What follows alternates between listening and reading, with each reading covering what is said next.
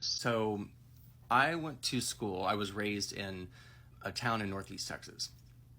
And the school system that I was in was very, very diverse. And it, from what I remember, it was half black, a large portion was Latin American, and but the other large part were basically white.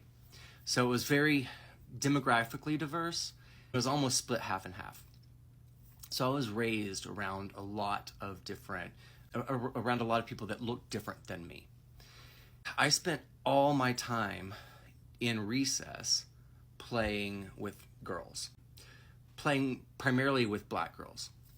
And I had a group of people that I would play with that would play pretend, play house, play school, play like different things. And this is when I was in second grade. And then I would have another group of friends that were always active on the merry-go-round and the swing sets, things like that. These groups of friends of mine were primarily, from what I remember, black. And the reason why I loved playing with them was because they played pretend, they were playing on the swing sets, they were playing on the merry-go-round. And there was this one girl, her name was Teresa, from what I remember. Larger black girl, she was like mama.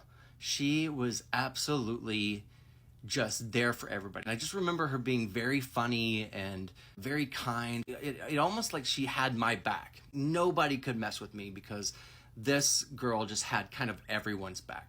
We'd all hop on the merry-go-round. She would spin us around on the merry-go-round.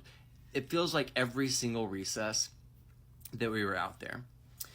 And I remember one day, my second grade teacher, who I always liked my teachers. That was always I always seemed to really remember liking them. But there was always, at least every year in my development, first, third, fourth, all the way up until I got into high school, I felt betrayed by one of them in one way or another. I felt they presented something with me that I didn't understand. They were coming into my perspective of how the world works, influencing their perspective. So this one day in second grade, my second grade teacher called me over. She was standing next to another teacher. I remember this like a movie. I remember this moment very specifically. I was little. I was one of the littlest kids in my grade. I was also one of the youngest kids in my grade. And I remember looking up at this teacher, and she said to me, Bree, because that's what they called me when I was growing up, if you don't go play with the little boys, I'm going to put a dress on you. Now, I don't think that would fly very well. I don't think that would fly very well now at all. You can imagine how different that period of time was compared to now, right? That just wouldn't fly. It's a completely different conversation point. Never in my life have I ever wanted to be a woman, never wanted to be a girl, I've always loved being a boy, but I also didn't like all the things that generally boys liked. I really liked to pretend. I really liked playing different kind of pretend games. Even when I would go home after school, I would play pretend war or pretend fight or pretend whatever with the other kids in the neighborhood. And we would play different sports games after school in the street. We'd play dodgeball. Luckily, I was raised in a small town where we could do that. My best friend was also in that neighborhood. She was black, like my bestie. Her name was Joanna. I had other best friends. But anyway, point is, I always played with girls. I got along with them. It was no big deal for me. It was reasons my interests were similar to theirs. I didn't like playing the sports. I didn't like playing. That's fine. That is totally fine. So I went over to, anyway, when I went over there, she said, I'm going to put a little dress on you if you don't go play with the boys. I thought, okay, I get to pretend, I get to play other roles. I don't have to just be the family pet. I always played the dog, or I played the dad, or like whatever. I don't remember all the storylines of everything that we played pretend around. I can't imagine all the different kinds of scenes and narratives that we created. I loved playing with these people. When the teacher told me that, it wasn't until years later where I reflected back on it and thought what she was saying, how I as a kid interpreted it. From innocence, from just understanding. I didn't think that there was anything wrong.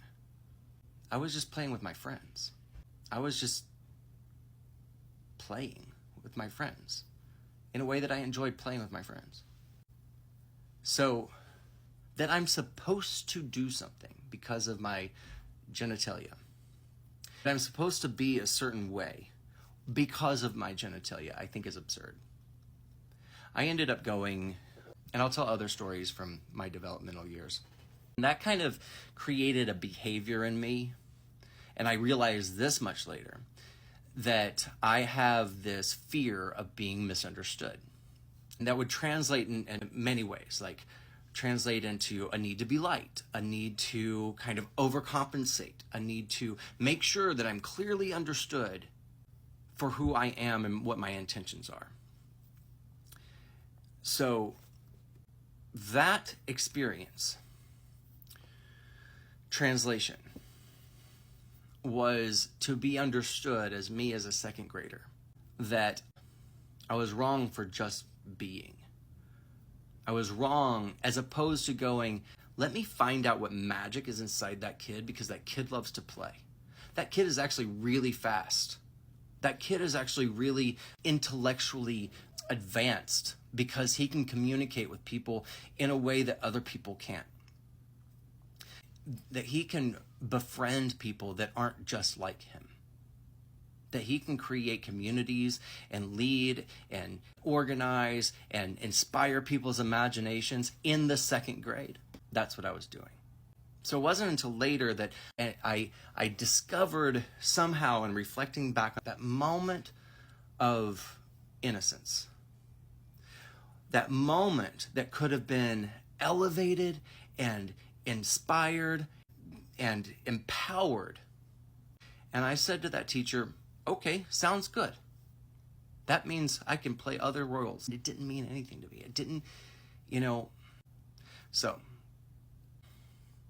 let kids be kids. See what they're doing and what they're creating on their own. Amplify the magic. The fact that I had this vivid imagination that could have been, that was ultimately utilized to create something really incredible in my life. Let kids be kids.